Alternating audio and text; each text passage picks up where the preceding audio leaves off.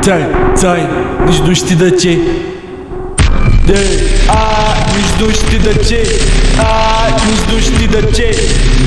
Nici nu știi de ce. Cai capăt de ființe aperitive, pinte în curidic și glume cu accinte și baril de pesticinte.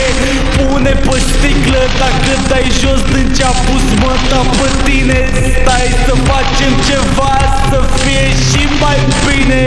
Forest Gomez, o să murim ca nimeni. Dinăuntru cu știi facsimii, cinema flamura. Salut, uitasem cum te cheamă și că ai principii de existență. Credeam că-i doar perperilea pe focul de la inima ta. În cazul cel mai bun în care te-ai regăsit fără să știi despre ce se vorbește. Bine ai venit în repetiție.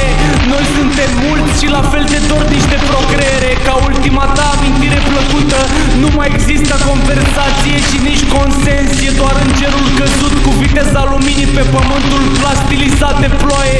Și de aceea îi zicem necuratul, te sfătuim cu afecțiune să nu-l asculti. Fraierii să înceapă să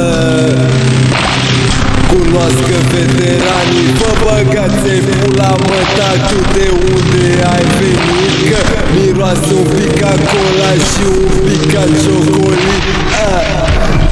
Stai că ai și rimel pe buze.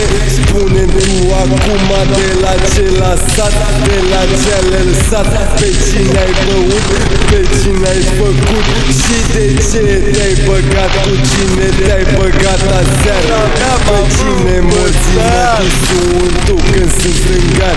Vine pleacă repede mai bine decât cinele. Uite-le cum pleacă ca băiatule.